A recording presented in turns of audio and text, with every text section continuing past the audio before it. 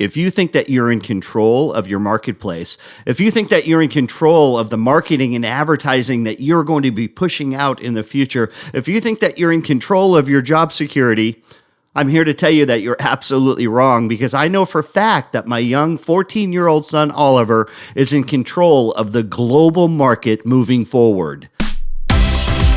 Welcome to the next 24 hours, where I'm going to give you real information you can really use to transform your life and work one day at a time. I'll be your host, Curtis Zimmerman.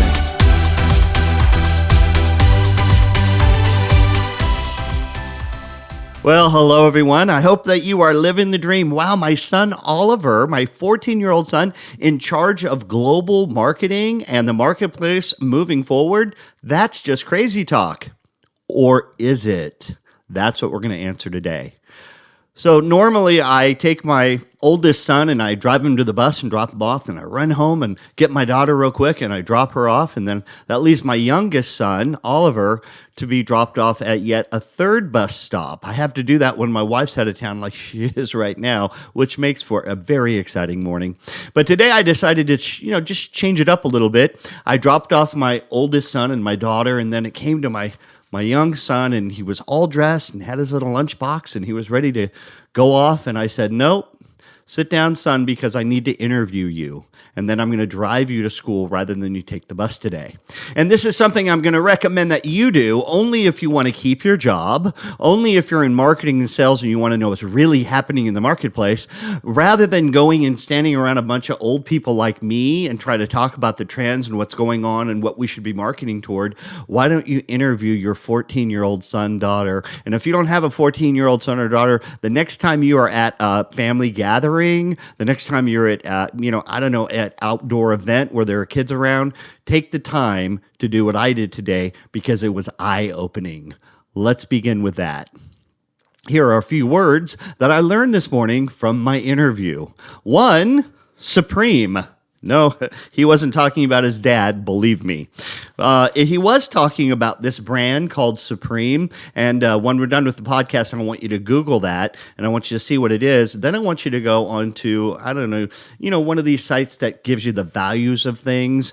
And I want you to put in Supreme and then look up some of their t-shirts for $1,100, $3,000, $7,000. It's just a t-shirt, but it says the word Supreme on it. By the way, that's called marketing. Other things that he talked about was something called dad shoes, and the Idle Man is where he gets some of his information. When he wants to find out the value of different things, like different shoes that are trending right now, he goes to things like GOAT, which you can Google and go there and see what that is. StockX is another one of them. Now remember, he's not a 37-year-old marketing guru. He's a 14-year-old kid that does this for fun and then drives the marketplace every single day on what's valuable and what is not valuable. So let's do a quick word association so you can try to get into his head, which is a very scary place. What you're going to do is I'm going to say a word, and then the very first thing that pops in your head, I want you to visualize that, because the actual things that we do in our brain and what we think we do are sometimes very different. So if I say sports car, most people do not see the words sports car. Most people see a red sports car. If I say delicious apple, most people see a red delicious apple. So we're going to do this, and we're going to try a couple together. So if you're not driving or walking on a treadmill where you're going to, fall off and break your ankle, I want you to close your eyes. Here we go. Airplane. Jumbo jet. Ocean liner. Your favorite candy bar. Phone. Stop. No, not stop sign, just the word stop, because that exercise is over. Now, why did we do the exercise? Because I want you to go back right now, and I want you to think very clearly when I ask this question. I want you to answer it honestly. When I said the word phone, what did you visualize? What was that little picture that jumped in your head? Because I know for many, many, many people, what jumps into their head, especially people that are older like me, what jumps in their head and the picture that they see is a standard rotary phone. Now, of course, when I asked that question to my son and I said the word phone, guess what he sees? He sees a smart device. He sees a smartphone. So what he visualizes and what he sees is entirely different than what you see.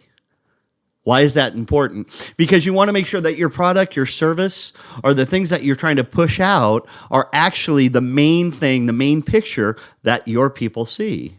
That's why you're doing the marketing. So when I say fast food, what do you visualize?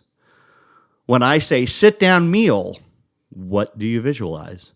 When I say expensive dining out, what do you visualize? All of those things are going to drive the marketplace. All of those things are going to drive reactions to make people go certain places. And that's what this program today is all about. And the way we see it compared to the way that our customer sees it and sees ourselves. So I'm going to stay with talking about Oliver now because Oliver's a great case study because when he hears the word phone, of course, he sees that smart device. And for me, when I was a kid growing up, when I was 14, the phone was actually connected to the wall. The phone was something that would ring and you'd run and everybody would run and get it. You were so excited to find out who it was because there was no way to know ahead of time. Now, of course, my son is very different because to my son, the phone really is a multi-device miracle that to him is a toaster. What do I mean? What I mean is that when I was growing up, the phone was something connected to the wall. And then if I wanted to take a picture and I wanted to go somewhere and take pictures, it was actually a commitment. I had to get this giant bag and carry this bag with me everywhere I went. Then take the camera out, take a few pictures, then take the film, drive that all the way and have it developed. And then a day or two later, I could go back and look at all the bad shots to find one good shot. And it only cost me $27. Of course, that's not Oliver's experience. Also, if I need to get somewhere when I was a kid, it was really simple. He took this giant map out and you diagram and write out everywhere you were going to go on this map. Let's see. If I wanted to, videotape something, that was a whole different device I'd have to videotape. Let's just go fast forward to Oliver. To Oliver, a phone is something that's small and about the size of a pack of cards. That's a phone that you can talk in, but that's really boring. So actually, I want to just text message people, and I can say things. Oh, and I want to add a picture to that. Oh, yeah, that's right, because I have a camera right here on the phone.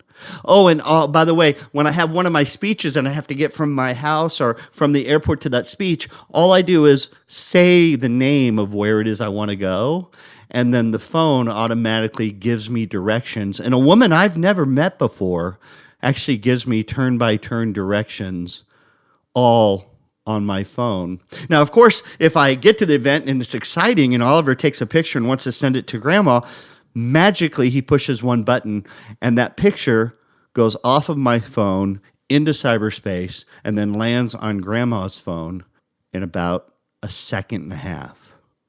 Oh, if we want to do one better and he wants to do a live streaming video, or if he wants to take video and talk to grandma face to face, all of that happens right on his phone.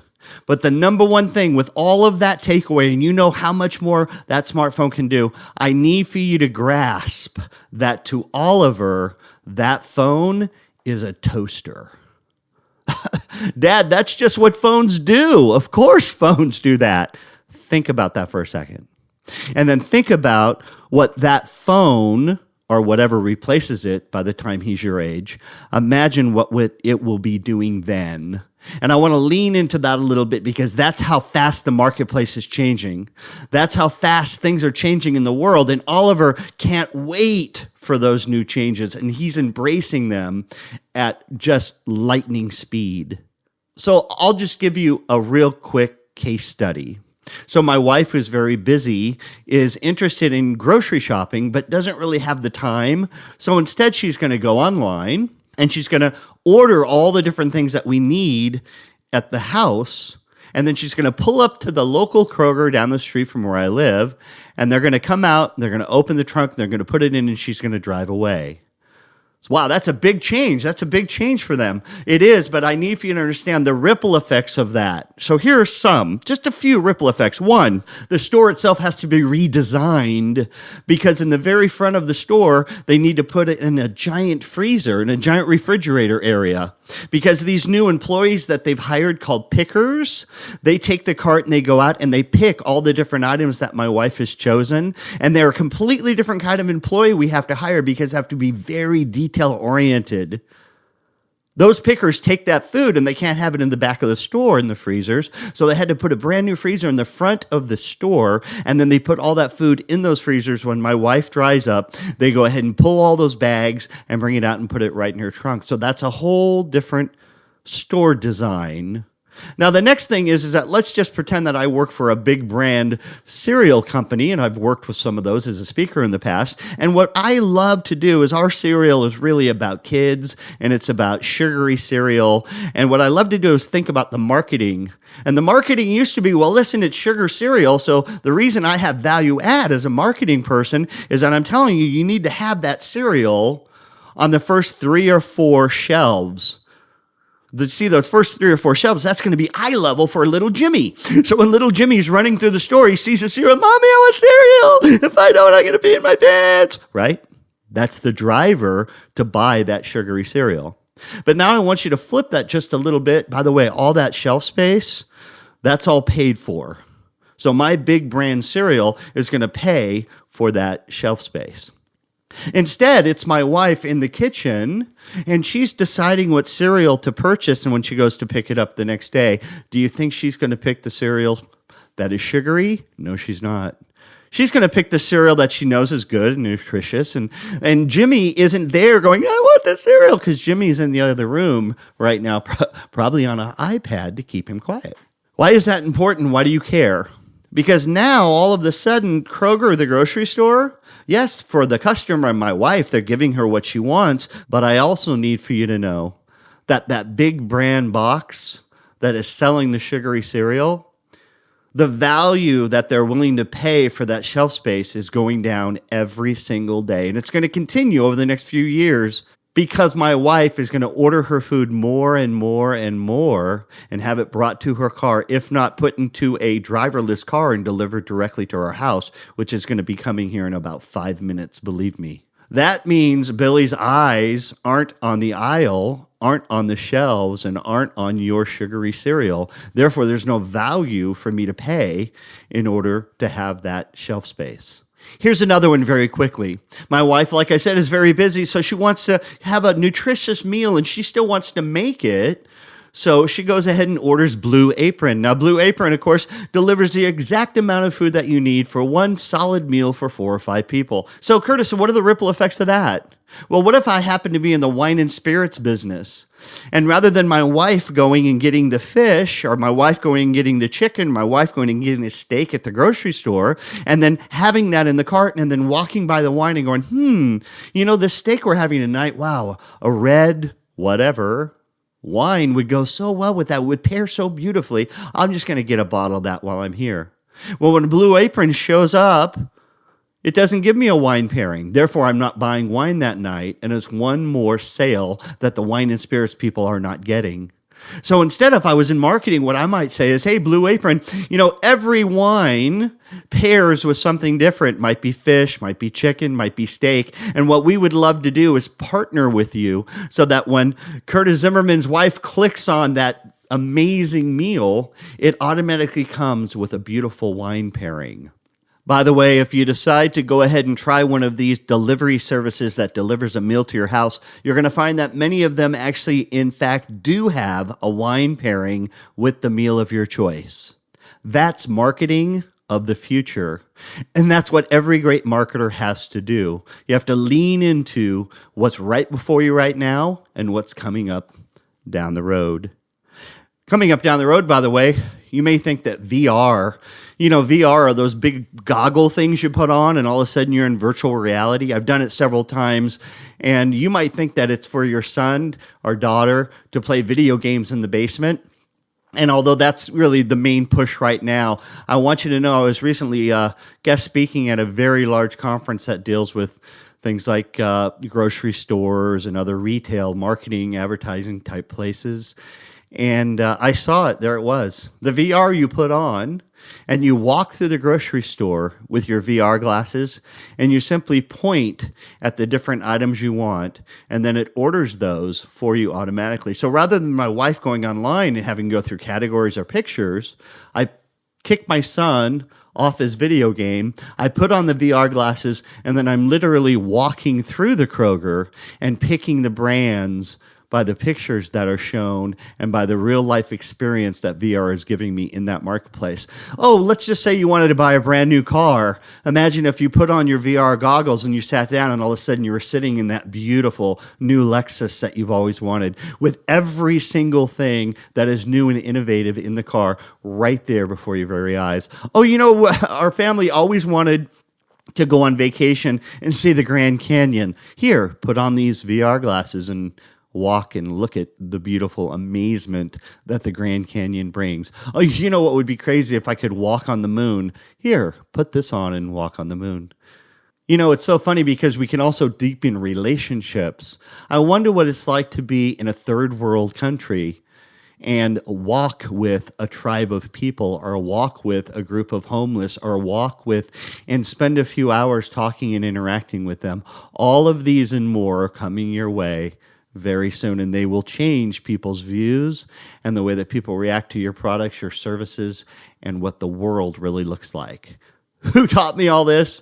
No, it wasn't because I have a marketing degree. It's because I sat down this morning and I interviewed my 14-year-old son, and I went on the web pages that he goes to, and I went to the places that he gets information, and it actually gave me a whole new insight on where the world is going and how fast the world is changing. So what is the big takeaway? Why does all of this matter? Because I need for you to know that you need to stop having meetings talking about how you're going to set trends. You need to stop having meetings talking about marketing, how you're going to push things out. Instead, I want you to look at the brand Supreme, and I want you to look at something that became viral, something that became so popular. And it's because my son's words this morning, it's because they have created an artificial sense of scarcity, Dad. Because they've created an artificial sense of scarcity, who is this alien that moved into my house? Where did that come from? Because he understands the marketplace at such a deep level. He knows that when a new brand of shoes comes out and they do something called a drop, that's where they're only going to make 3,000 pairs, and then they're going to drop them in X amount of stores. And if you want to get a pair, you have to go in the morning and wait there, grab the shoes, and then you have to take those shoes and not wear them. You have to take those shoes and keep them perfectly in the box. You have to take those shoes and make sure there's no dirt on the bottom, and look at them and make sure the sewing's perfectly, so that then you can go back and sell them on the internet at a profit. He understands this now in a deep way. Right now, today, as I'm making this podcast, I need for you to know that the brand new Jordans came out today. And it's really funny because it's actually doing counterculture on itself and on its own branding. These brand new Jordans are called Nike Jordan 1s, and they're the exact replica of the very first Jordans that came out, other than they say this on the side: do not resell. So the whole point of the shoe is it's the original Nike Jordan Air Jordans, and they're all about not reselling. On the back, it says no photos, because they don't want to take pictures of the shoes and then sell them. On the front, right in the front of the shoe, it says crease, because if the shoes are creased, it shows that somebody wore them. And the inside, where the lip of the tongue of the shoe is, where normally it would say pair 1 of 1,400 or 1 of 17 or 1 of whatever it is, it doesn't have that number, because they're trying to show these are to be worn, and they're real shoes. And what's so interesting about it is now it's about 12:30 in the afternoon. They just came out this morning, and I went, of course, and looked on eBay, and you can pick them up right now at the low price of $550. That is the world that we live in today, and I want you to understand, if you're a marketer, if you're somebody that wants to put eyeballs on a product, on a service, if you're just somebody that's trying to reach out to people in a deep way and get them to have a deeper understanding of anything, Don't forget about my son Oliver and the way that he communicates and sees the world. If you do that, you'll succeed in every way. So for me, I always like to think about, well, what does this have to do with me and my job and the world around me and your 14-year-old son? Because we have to keep in mind how fast the world is changing, how quickly my son's adapting to these changes, and how that's going to affect you, your people, your products, your services, and the way that you deliver all of those things in the years moving forward. Keep that in mind, and I guarantee you will not only set the trend, but you will live the dream. So what's your takeaway? What am I going to ask you to do in the next 24 hours? It's really simple. In the next 24 hours, I want you to do that word association game. I want you to go to 4 to 5 people, and I want you to ask them to close their eyes and then picture a plane, picture a boat. Real quickly, picture a race car. Now picture your favorite candy bar and picture a phone. Stop. No, not a stop sign. Tell me about the phone and listen to the different descriptors you get of that phone. Why is it important to you? Because I want you to think about whatever it is that you represent. So if you're working with Coca-Cola and I say soft drink, and then I did that to 5 different people, everything from a 5-year-old to a 95-year-old. What is it that they're going to see when they hear the word soft drink? When I say fast food, what do you see? Those are the questions that you need to answer and make sure that not what you're visualizing, but what your customer is visualizing is exactly what you're looking for.